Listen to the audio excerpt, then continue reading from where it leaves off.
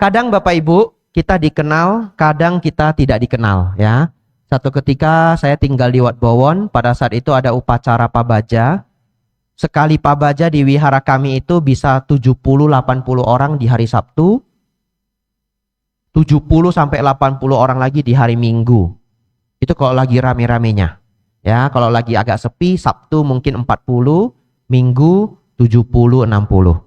Ya, setiap 2 minggu Bapak Ibu. Setiap 2 minggu. Jadi pabaja itu 1 bulan 2 kali. Ya, 1 bulan 2 kali. Bapak Ibu Saudara, karena Wat Bowon itu wihara besar, wihara utama di Thailand, kadang-kadang tamu yang datang itu benar-benar orang penting. Ya, kadang jaksa. Saya pernah yang dana makan itu jaksa agungnya Thailand. Masuk Facebook. Saya aja enggak kenal dia Bapak Ibu. Ya, teman saya ngasih tahu, "Ini kamu tahu enggak siapa yang dana makan ke kamu?" Enggak tahu. "Ini jaksa utama di sini." Wah, sayang saya bukan orang Thai ya. Kenal juga enggak guna ya. Akhirnya pulang Indonesia. Bayangkan kalau saya kenal jaksa agung di Indonesia ya. Bapak Ibu Saudara, jadi waktu itu ada anak muda datang nanya alamat ke saya. Bapak Ibu tahu apa yang terjadi? Saya minta dia bantu angkat vas bunga. Lalu wajahnya bingung sekali. Tapi dia bantu saya juga. Anak laki-laki. Setelah dia bantu saya naik ke lantai 2, dia nanya alamat ya. "Lumpii Ganak Bancop yu ti nai kap?" Dia cari Ganak Bancop. Daerahnya namanya Ganak Bancop. Lalu saya bilang, "Oh, dai, dia Lumpii papai, nanti saya bawa ke sana. Coy Lumpii kona, bantu saya dulu ya." Semangat dia, tapi wajahnya bingung. Bingung gitu. Kita angkat vas bunga, naik ke atas. Dia dengan wajah penuh kebingungan. Saya juga lihat dia heran juga. Dia bingung apa ya? Terus saya, "Jangan takut. Dia Lumpii papai na, coy kona, nanti saya bawa ke sana. Anda bantu dulu." "Kap Lumpii." Dia lihat saya gitu, kap gitu, tapi wajahnya bingung. Lalu saya antar ke belakang. Setelah selesai bantu saya angkat vas bunga, antar ke belakang. Wiharanya luas Bapak Ibu. Luas sekali. Ya, Anda bisa bayangkan seperti universitas negeri. Gedungnya banyak, ya. Tapi tidak tahu seperti tidak mungkin sebesar UI, tidak. Tapi universitas negeri provinsi lain gitu yang tidak terlalu besar. Nah, tapi gedungnya belasan. Saya antar ke belakang Bapak Ibu. Setelah saya antar ke belakang, dia ketemu keluarganya, saya jalan. Saya dipanggil teman saya, biku juga. Tan kap. Tan itu tuan. Ya. "Kamu tahu nggak itu siapa?" "Nggak tahu." "Itu aktor sangat terkenal di Bangkok," katanya begitu. Aktor terkenal Bapak Ibu. Saya suruh angkat vas bunga. Hebat juga saya ya. Iya, kalau biku lain ketemu dia, walaupun biku, minta foto Bapak Ibu. Beneran, biarpun biku, minta foto. Ya saya kalau tiba-tiba ketemu Pak Prabowo, Pak Jokowi, saya juga minta foto. Iya toh? Nah, ini aktor Bapak Ibu. Suruh angkat vas bunga dulu ya. Kalau wajahnya bingung. Nah, itu cocok sekali. Kalau dia mengerti 8 kondisi dunia ya, dia pasti langsung nyeletuk. Aduh. Kadang saya dikenal, kadang tidak dikenal. Terakhir Bapak Ibu, kadang merasakan nyaman, kadang merasakan sakit. Ya, 8 kondisi dunia. Kadang mendapatkan, kadang kehilangan. Kadang dipuji, kadang dicelah. Kadang dikenal, kadang tidak dikenal. Kadang merasakan nyaman, kadang merasakan sakit. Kalau Bapak Ibu ngerti 8 ini, harusnya Anda tidak sering sakit hati. Ya, Anda tidak sering sakit hati. Kenapa? Kadang-kadang Anda tidak dihargai oleh bawahan sendiri, keponakan sendiri. Keluarkan ilmunya, betul ya? Gak apa-apalah. Kadang dikenal, kadang tidak dikenal. Atau kadang dipuji, kadang dicelah. Atau kadang orang hanya sedang ada pikiran. Begitu Bapak Ibu ya. Orang tidak selalu bisa menyapa Anda. Kadang orang sedang banyak pikiran. Ya, kita jangan terlalu banyak asumsi hal-hal yang kurang baik. Jangan membuat penderitaan untuk diri sendiri. Ya, harusnya dia harus agak respect ke Anda. Saat itu dia tidak respect, Anda jangan nuntut orang respect Anda. Karena respect itu adalah buah dari sebab-sebab yang Anda lakukan. Ngerti maksudnya? Ya toh? Mungkin ada sebab-sebab yang belum saya lakukan.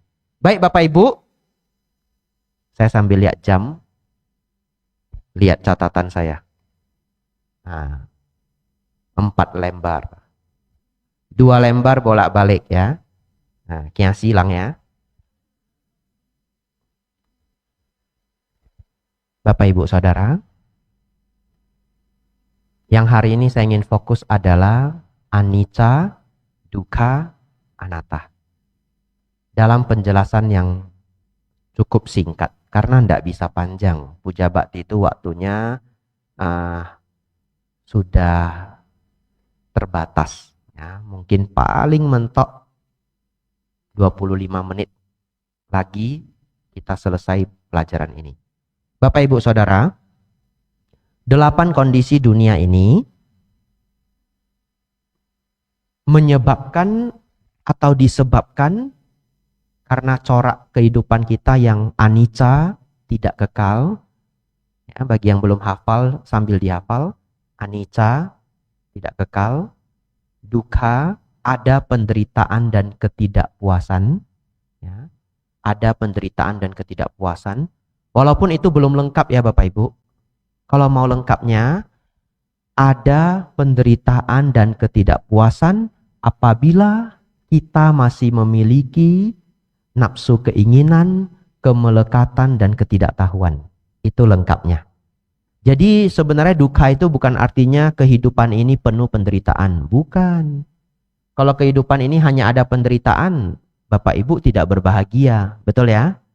Tapi ada penderitaan dalam hidup ini apabila kita melekat, apabila ada nafsu keinginan, apabila ada ketidaktahuan.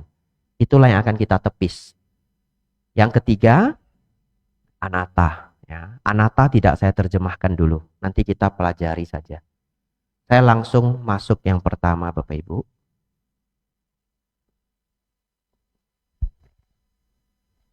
Di sini panjang sekali adalah kisah dari Steve Jobs.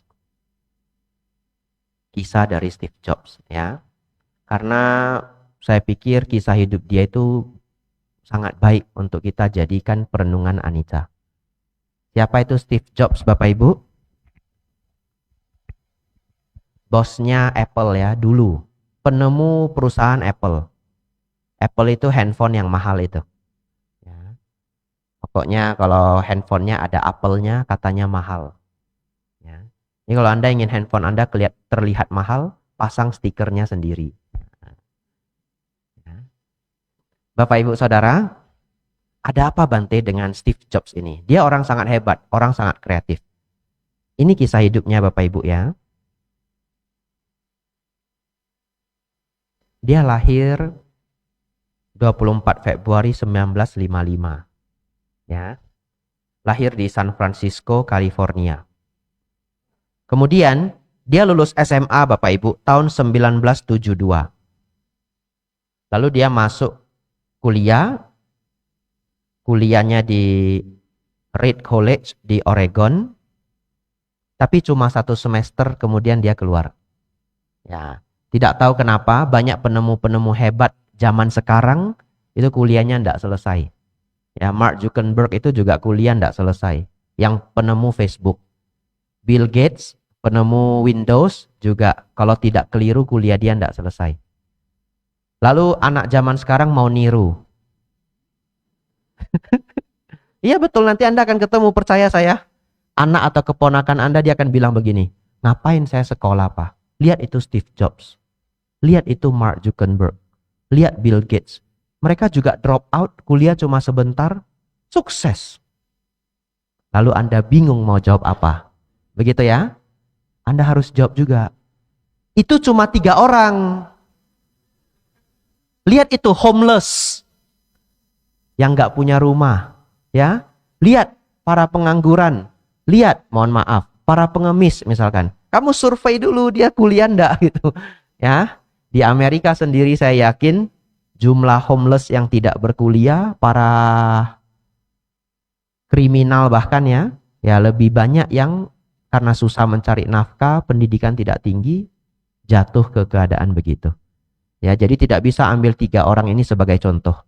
Tapi Anda harus jawab begini. Kenapa 3 orang ini berkuliah tidak selesai?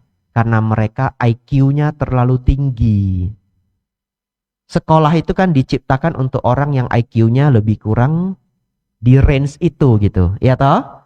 Kalau mereka punya IQ range-nya di atas orang pada umumnya sampai ketinggian, dia harus cari sekolah-sekolah khusus yang anak-anak ber-IQ tinggi itu ngumpul. Kalau sampai di sana pun dia masih tidak nyaman, maka dia harus belajar sendiri. Ya, baik. Bapak Ibu Saudara, ini menariknya. Tahun 1974 dia gabung di perusahaan namanya Atari, ya. Kalau saya tidak keliru itu perusahaan game. Dia jadi teknisi Bapak Ibu. Lalu menariknya Steve Jobs ini setelah itu dia selesai bekerja di sana, dia pergi ke India Bapak Ibu. Untuk apa? Belajar spiritual. Jadi Steve Jobs ini sangat terkenal, dia senang bermeditasi dengan cara Zen Buddhism.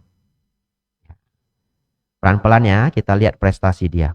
Ini orang sangat luar biasa Bapak Ibu, dari sisi kesuksesan. Ingat ya, dari sisi kesuksesan.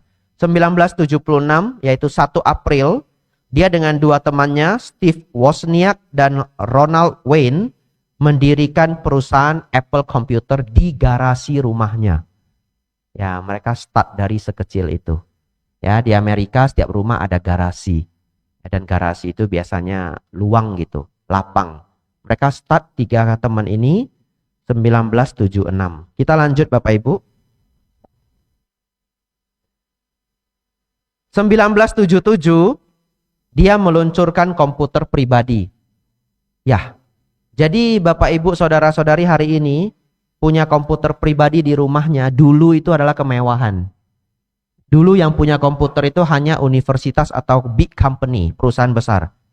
Dia salah satu yang terus berpikir bagaimana komputer ini bisa ada di setiap rumah. Ya, 1977. 1980 Apple go public. Ya, go public itu perusahaannya bisa dibeli oleh masyarakat. Lalu saat itu dia menjadi milioner. Milionernya jadi jutawan gitu ya, jutawan dalam dolar Bapak Ibu ya, Bapak Ibu kali sendiri ya. Itu di umur 25. Baik, bagi Anda yang tidak kenal orang ini, pertanyaan saya, umur 25 sukses besar, punya perusahaan, produksi komputer, jual ke rumah-rumah, sukses tidak Bapak Ibu? Sukses ya, umur 25. Kita lanjut Bapak Ibu. 1984 dia meluncurkan Macintosh. Ya, saya tidak cek secara detail apa maksudnya, tapi sepertinya dia meluncurkan program komputer. Kalau Bapak Ibu punya laptop di rumah, setiap laptop itu harus pakai program, harus pakai sistem. Kebanyakan kita pakai Windows, ya. Dia buat juga namanya Macintosh. Satu lagi yang jarang dipakai orang namanya Linux, ya. Kita lanjut Bapak Ibu. 1985, nah mulai masuk Anica. Ini perusahaan siapa yang bangun Bapak Ibu? Steve Jobs ya. 1985 dia dipecat. Dia dipecat sama perusahaan sendiri. Kenapa? Karena penjualan Macintosh itu mengecewakan. Ya. Kenapa demikian? Karena dia orang kreatif. Orang kreatif itu cara berpikirnya adalah menciptakan sesuatu. Tapi karena perusahaannya sudah dijual ke orang lain sebagian, orang lain itu mikirnya keuntungan, betul ya? Sedangkan untuk menciptakan sesuatu itu tidak boleh fokus pada keuntungan. Mereka yang fokus pada keuntungan sulit membuat karya. Anda perhatikan. Orang yang tidak fokus pada keuntungan, dia nggak mikir aman, nggak aman, resiko ada, nggak ada, dia nggak mikir. Dia eksperimen. Ya. Pencipta keramik itu dia bakar semua barang rumahnya. Kenapa? Karena dia ingin bertemu suhu yang tepat. Ketika suhunya sudah setinggi itu tapi belum cukup, dia ambil kayu-kayu di rumahnya dia bakar. Dia nggak mikirin untung dan rugi. Seperti itulah para orang kreatif itu berpikir. Bapak Ibu Saudara, setelah dia dipecat tahun 1985 dia bangun Next Computer, yaitu perusahaan lain. 1986. Ini cukup menarik bagi Anda yang kenal ya. Ternyata tahun 1986 dia beli satu perusahaan kecil ya, namanya adalah Lucasfilm. Dia beli divisi grafis. Divisi grafis itu divisi yang produksi animasi. Dan dia mendirikan Pixar. Ya, saya juga baru tahu Pixar itu yang mendirikan Steve Jobs. Ya. Pixar itu apa, Bante? Perusahaan kartun yang besar. Ya, di dunia ini perusahaan kartun yang besar salah satunya Disney. Ya, kalau Disney banyak yang tahu. Saingannya Pixar, ya. Tahun 1995. Nah, saya sudah lahir ya. Jadi yang sekitar seumuran ini Anda mulai tersenyum, ya. 1995 Toy Story dirilis. Tahu Toy Story? Nah, itu kartun yang sangat terkenal waktu saya kecil, ya. Dan Pixar sukses besar. Nah, Anica lagi.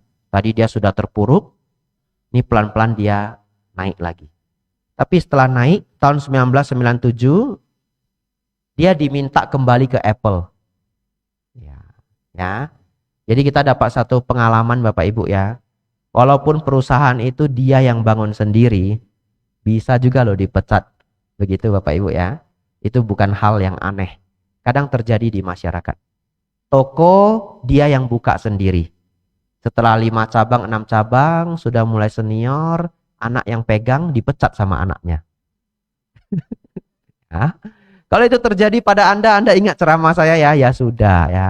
Atalokadama, 8 kondisi dunia. Dan tenang, Anda bisa comeback, betul ya? Anda bisa comeback, jadi itu toko Anda yang bangun, Anda tahu semua atas sampai bawah.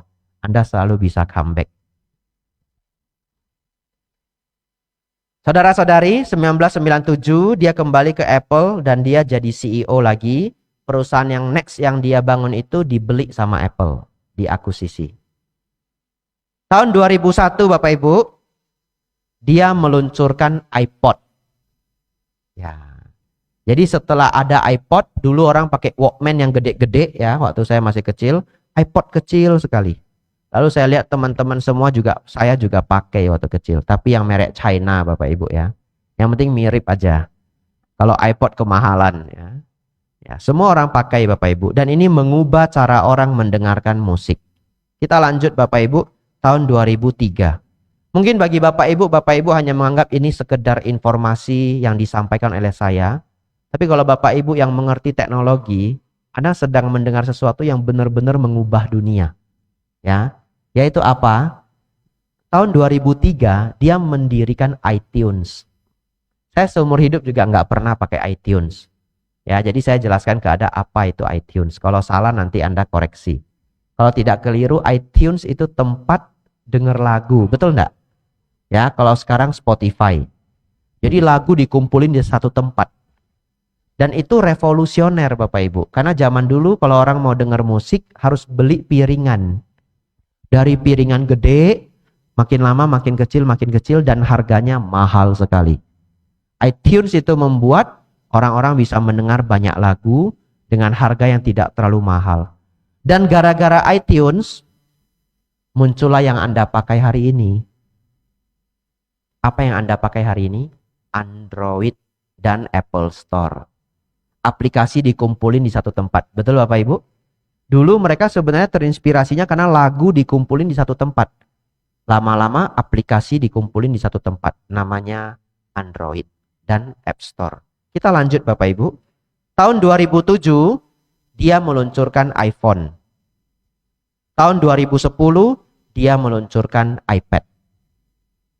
Kalau saya tidak keliru, nanti Anda cek di Google. Perusahaan Apple hari ini adalah perusahaan terbesar sedunia. Nanti Anda cek. Kalau tidak nomor 1 pun pasti top 3.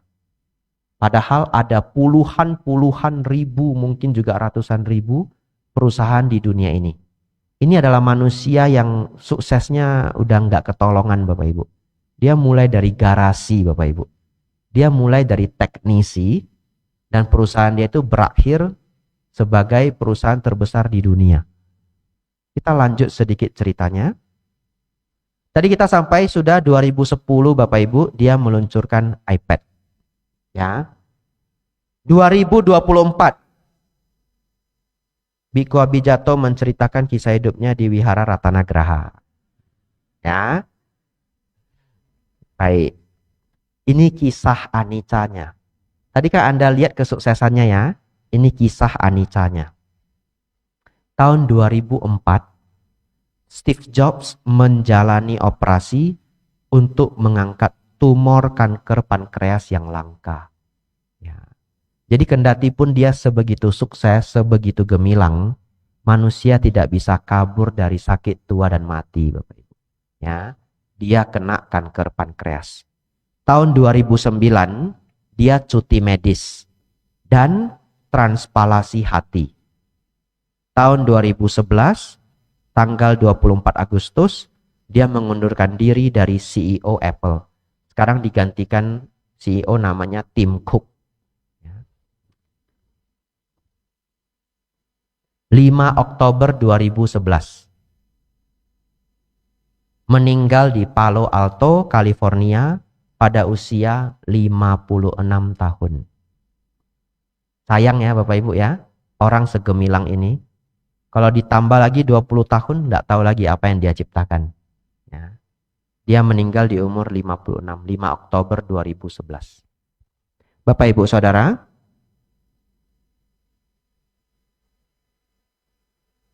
baik. Ini kalimat yang Steve Jobs ngomong sendiri ketika dia memberi speech, memberi pidato di Stanford. Dan semoga ini menjadi ingatan untuk Bapak Ibu mengenai anicca. Mengingat bahwa, ini nanti dipotong TikTok ini. Jadi kayak pesan saya jadinya. Mengingat bahwa saya akan mati adalah alat paling penting yang pernah saya temukan untuk membantu saya membuat keputusan besar dalam hidup. Karena hampir segalanya, semua harapan eksternal, kebanggaan, rasa takut gagal, semua itu lenyap di hadapan kematian. Menyisakan hanya apa yang benar-benar penting.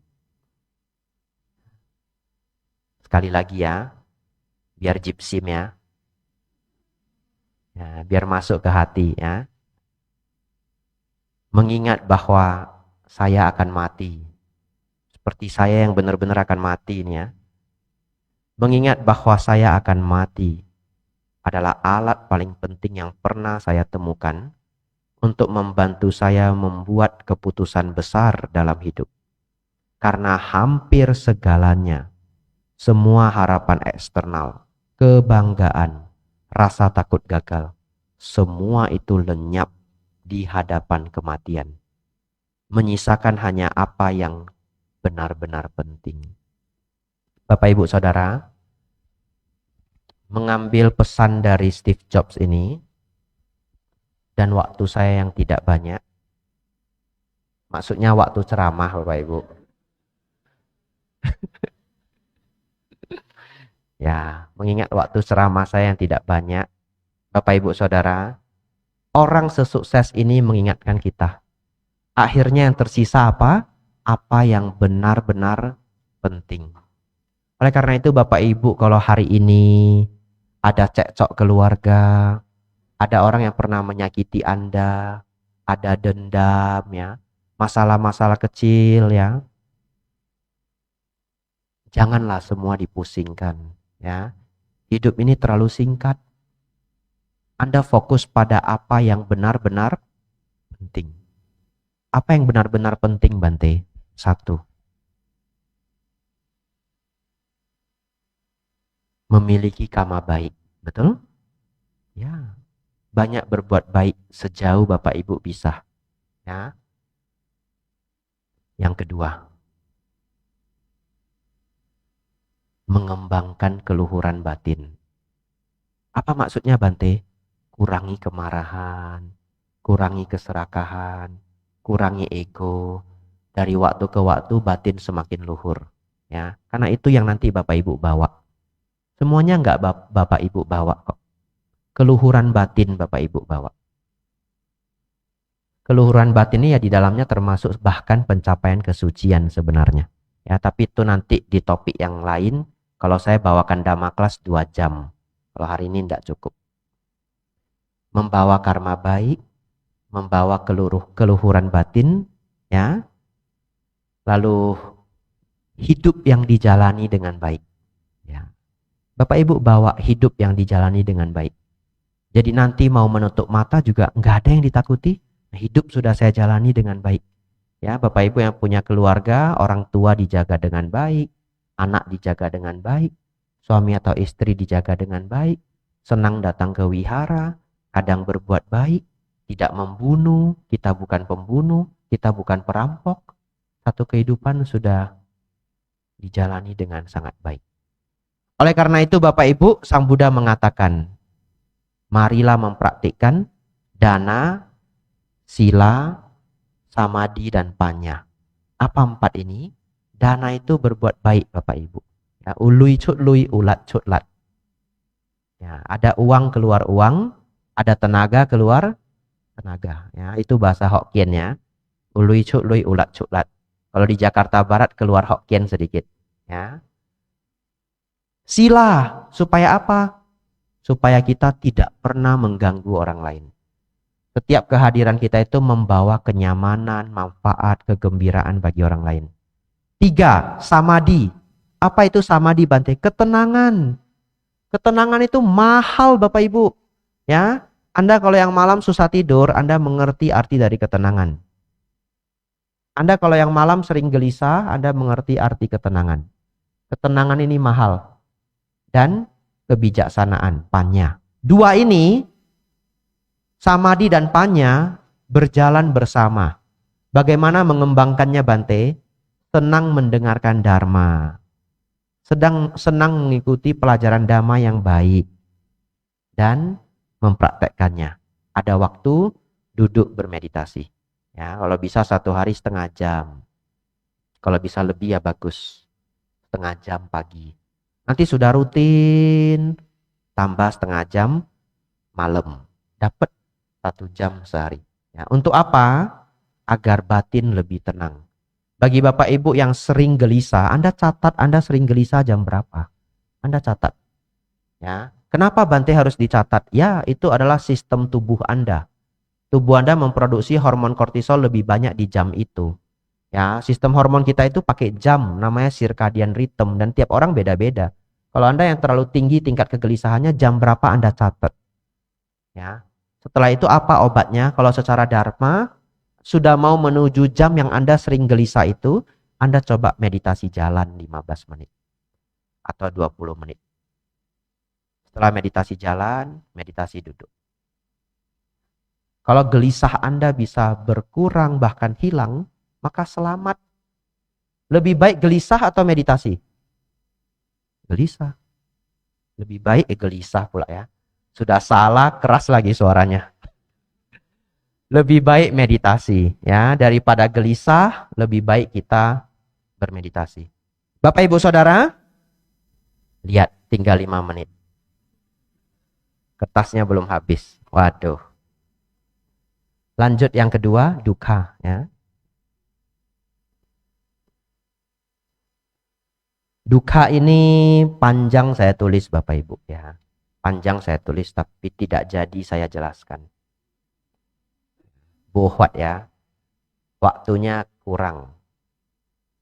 Contoh yang saya buat sebenarnya adalah dukkha itu bisa datang mendadak. Itu saja. Kita harus punya kebijaksanaan menghadapinya. Tapi walaupun tidak saya bahas jangan khawatir ya. Nanti saya kasih alternatifnya. Ya di sini contoh saya ingin membahas tsunami Aceh sebenarnya ya. 26 Desember 2004. Waktu itu saya masih di Medan, saya merasa getarannya. Ya bencana bisa terjadi tiba-tiba Bapak Ibu. Ya, ada seorang ibu yang kehilangan semuanya dalam waktu singkat. Kehilangan kakek, nenek, ibu, makcik. Makcik itu tantenya ya. Dia sendiri sedang hamil. Nah lalu semuanya hancur begitu saja, tapi dia survive dengan keadaan luka-luka. Tapi Bapak Ibu Saudara,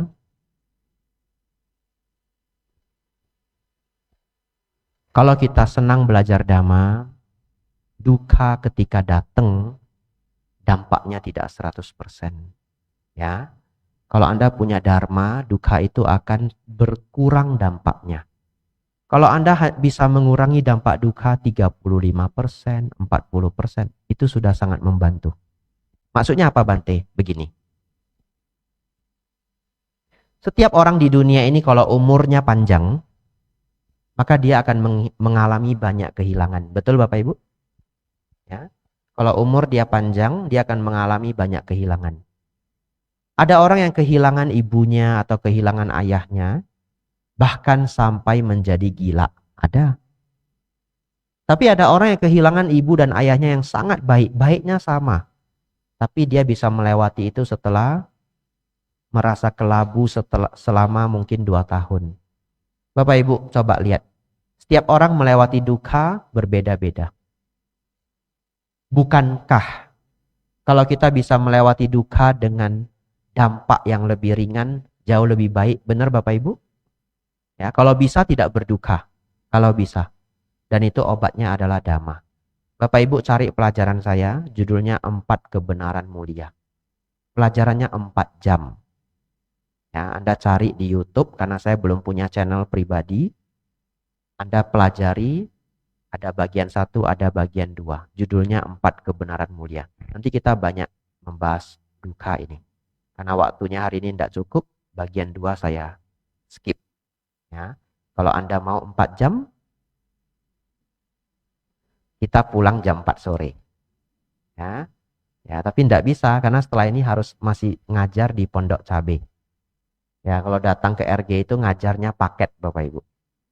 Ya, habis dari sini Pondok Cabe. Kita tutup pelajaran kita hari ini Bapak Ibu dengan anatta. Ya. Mari dibuka buku Parita.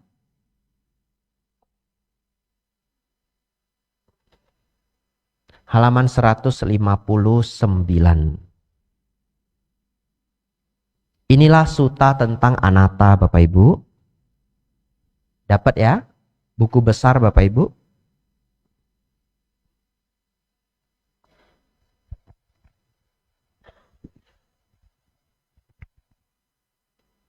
Anda buka halaman 160 setelah Anda melihat judulnya. Dari paling atas Sang Buddha mengatakan, ini langsung Sang Buddha ya, saya bacakan Bapak Ibu konsentrasi. Oh para biku, tubuh adalah bukan diri. Jika tubuh ini adalah diri, tubuh ini tidak akan menimbulkan ketidakpuasan. Orang akan dapat memerintah tubuh. Tubuhku harus begitu, tubuhku harus tak begini. Bapak Ibu Saudara, jadi Sang Buddha menjelaskan tubuh adalah anatta. Tapi poinnya adalah ini.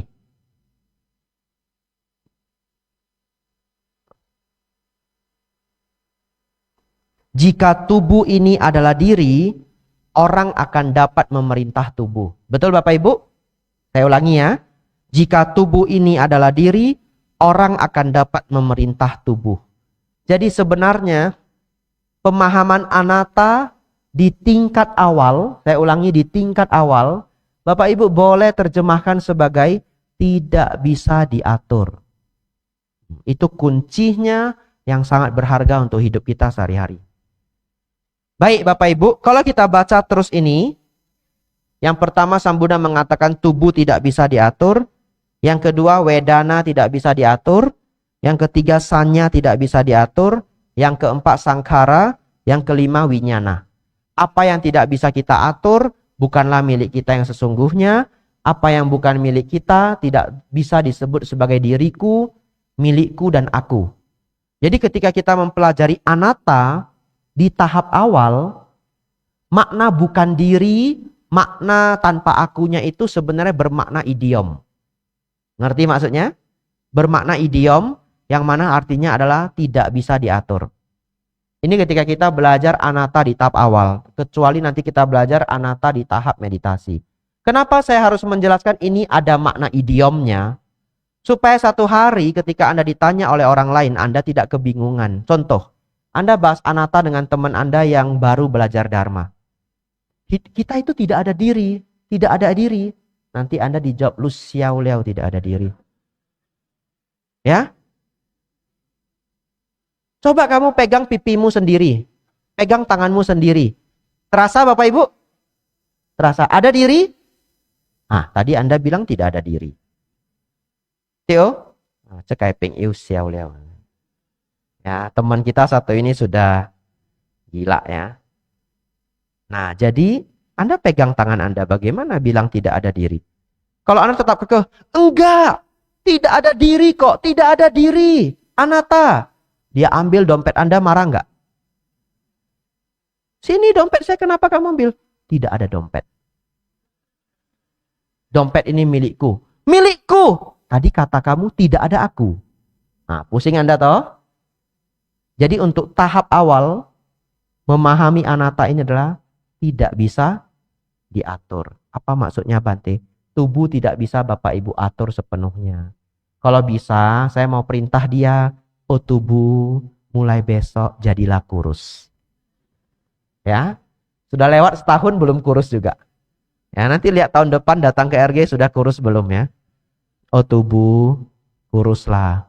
Oh tubuh, jangan gemuk, jangan tua, ya, jangan sakit lutut, jangan sakit pinggang, jangan batuk, jangan demam. Tidak mau dia Bapak Ibu. Betul Bapak Ibu? Yang dijelaskan Sang Buddha, nanti Bapak Ibu pulang dari sini baca pelan-pelan halaman 160, halaman 161. Sang Buddha menjelaskan 5 hal. Bahasa Palinya adalah panca khanda. Yang belum dengar hafal ya, biar Anda semakin nyaman belajar Dhamma. Panca khanda. Apa panca khanda ini? 1 tubuh, 4 batin. 1 tubuh, 4 batin. Dalam batin Anda ada 4 hal. Yang pertama, yang gampang dulu, pikiran. Anda ngomong dengan diri sendiri, ya. Kalau saya sebut bendera merah putih, bisa muncul di pikiran Anda? Bisa ya, itu kita sebut berpikir. Nah, ada pikiran di dalam batin Anda. Dan itu tidak bisa Bapak Ibu atur sepenuhnya. Dia kadang-kadang random, betul ya? Perasaan. Kadang senang, kadang tidak senang, kadang netral. Itu juga bagian dari batin. Yang ketiga, kesadaran. Kalau Anda saat ini bisa mendengar saya, Anda sadar. Ya, kalau seseorang pingsan, dia nggak bisa dengar saya, kita sebut dia tidak sadar. Berarti kita sudah belajar 3. Pikiran, perasaan, kesadaran. 3 ini Bapak Ibu tidak bisa Anda atur sepenuhnya. Beneran loh nggak bisa. Buktinya, kalau malam Anda susah tidur, karena pikirannya bergejolak, terus karena ada masalah atau bagaimana, bisa nggak Anda request, oh pikiran, stop dulu. Lu kok tiam leo. Ya, lihat dulu ini sudah jam berapa ini, sudah jam 2 pagi, pikiran masih jalan, muter-muter. Stop dulu, besok Senin mau kerja. Mau dia stop Bapak Ibu? Makin ribut dia Bapak Ibu ya. Nah, jam 4 baru Anda tidur. Nah, jam 6 sudah harus bangun. Kalau kita punya kuasa sepenuhnya atas pikiran kita, enak loh. Enak loh. Ketika ada masalah kita request pikiran, cuti dulu. Sudah amsyong ini. Ya. Dia enggak mau. Perasaan lebih-lebih lagi. Lebih-lebih lagi. Untuk apa Bapak Ibu datang ke wihara? Karena masih bisa stres. Betul enggak? Masih bisa merasakan ketidaknyamanan, ketidaksenang hatian. Kalau Anda mampu mengontrol perasaan Anda sepenuh-penuhnya, Anda bisa perintah pikiran batin Anda, oh batin, saya mau senang selalu. 100% senang selalu. Bahagia enggak Bapak Ibu? Bahagia. Nanti keluar dari sini mobilnya baret. Lecet. Enggak tahu siapa yang buat. Bahagia. Ya toh? Nah, tapi Anda jangan praktekkan begitu nanti di luar ya. Makan sama teman keluar dari restoran ke baret mobilnya. Oh, bahagia. Selang eping siau leo ya. Bahagia. Kalau Bapak Ibu mampu memerintah perasaan Anda, Coba ya, saya kasih kuis tidak berhadiah. Kalau mulai hari ini Bapak Ibu punya kontrol sepenuhnya atas batin Anda. Anda setting 100% bahagia enggak? Setting. Pasti. Pasti. Ngapain mau stres? Ya. Untuk apa Bapak Ibu nabung, income kai? Nabung tapi hemat. Karena Anda tidak mau kehilangan. Anda takut mengalami ketidaknyamanan. Betul ya? Ketika ketidaknyamanan muncul, Anda bisa gunakan tabungan Anda. Itu juga yang diberi nasihat itu juga nasihat dari Sang Buddha. Seseorang perlu memiliki tabungan agar apa? Ketika para raja meminta pajak. Ya, ketika ada bencana, ketika ada ini. Anda ganti ketidaknyamanan Anda dengan tabungan Anda. Kenapa? Karena kita tidak mau merasakan ketidaksenangan, ketidakbahagiaan. Bapak Ibu Saudara, yang terakhir adalah pengenal ya. Ini spesifik Dhamma, sulit dicari di tempat lain. Saya jelaskan cepat-cepat ya. Waduh, sudah jam 11:05 Bapak Ibu ya. Hari ini saya diet lagi nih sepertinya ya. Rupang Sang Buddha warna kuning ya. Langit-langit warna putih. Perlu Bapak Ibu berpikir? Enggak. Lihat aja tahu. Bapak Ibu enggak usah lihat langit-langit sambil berpikir 10 tahun yang lalu ya. Warna ini disebut warna putih. Enggak perlu. Ketika Anda melihat itu Anda tahu warna putih. Melihat Sang Buddha Anda tahu warna kuning. Di dalamnya itu tidak ada ikut campur pikiran dan perasaan. Ya. Pikiran dan perasaan bisa muncul setelahnya. Itu dalam bahasa Dharma disebut sanya atau pengenal. Baik Bapak Ibu, tubuh dan batin tidak bisa Anda atur sepenuhnya. Itulah dalam bahasa Pali kita sebut sebagai anatta. Ya.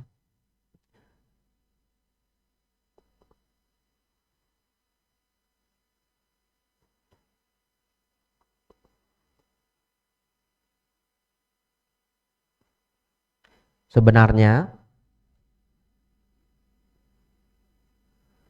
untuk apa memahami ini Bante? Untuk apa memahami pancakanda, tubuh dan batin itu anatta?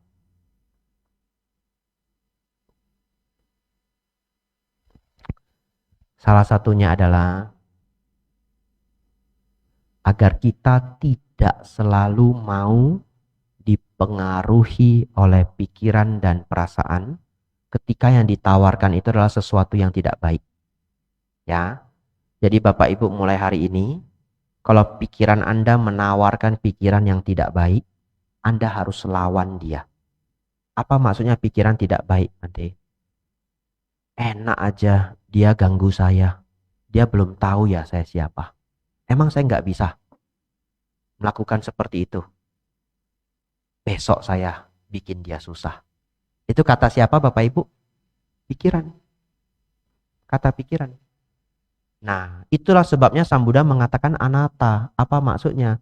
Pikiran itu tidak harus menjadi diri Anda yang sesungguhnya. Ya, bahkan kita memahami pikiran itu adalah sesuatu yang bergejolak. Sometimes dia sangat random. Ya. Anda harus memahami bahwa kalau pikiran saya menawarkan saya hal-hal yang buruk, saya harus tepis dia.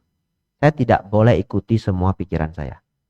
Kalau perasaan Anda Bapak Ibu muncul ketidaksenangan pada hal yang tidak seharusnya, Anda juga harus memperbaiki itu. Dalam Jalan Mulia berunsur 8, itu disebut usaha benar, sama wayama. Jadi Bapak Ibu, kita tutup pelajaran kita yang hari ini dengan memahami bahwa tubuh adalah anicca, dukkha, dan anatta. Batin adalah anicca, dukkha, dan anatta. Tetapi pelajaran ini Bapak Ibu harus ambil nilai positifnya. Tidak cukup waktu kita untuk menjelaskan lebih banyak. Tapi yang diharapkan adalah dengan memahami ini, Bapak Ibu tidak lagi terkejut dengan perubahan. Ya, berubah itu wajar. Kadangkala ada ketidaknyamanan, jangan menjadi marah. Panas sedikit, enggak apa-apa. Dingin sedikit, enggak apa-apa. Kotor sedikit, ya udah, nanti dibersihkan. Orangnya nggak nyenengin, ya udah, namanya orang beraneka ragam. Dan ketika batin Anda menawarkan hal-hal yang tidak baik, kemarahan, keserakahan, ego dan yang lainnya, jangan diikuti semuanya. Ya, nafas masuk, nafas keluar. Keluarkan semua dharma Anda, jangan. Saya tidak seperti itu. Sang Buddha mengatakan, janganlah karena marah dan benci mengharapkan orang lain celaka. Saya tidak mau seperti itu. Ya udah, dia nggak baik, saya menghindar. Dia jahat sama saya, ya sudah, saya menghindar. Ya, Anda bisa menghindar. Asewana cak balanang, pandita nancak sewana. Jangan bergaul dengan orang yang buruk, bergaulah dengan para bijaksana. Tapi kalau Bapak Ibu sudah disakiti, ya sudah, ya gosok dada. Ya, gosok dada. Janganlah karena marah dan benci mengharapkan orang lain celaka. Anumodana Bapak Ibu ya. Saya senang sekali, bahagia bisa berbagi. Saya tidak begitu fit hari ini, tapi Bapak Ibu begitu semangat mempelajari pelajaran siang hari ini. Saya pribadi sangat bahagia. Semoga Bapak Ibu bisa terus maju dalam dhamma ya. Sabe sata bawantu sukitata. Semoga semua makhluk hidup berbahagia. Sadu, sadu, sadu.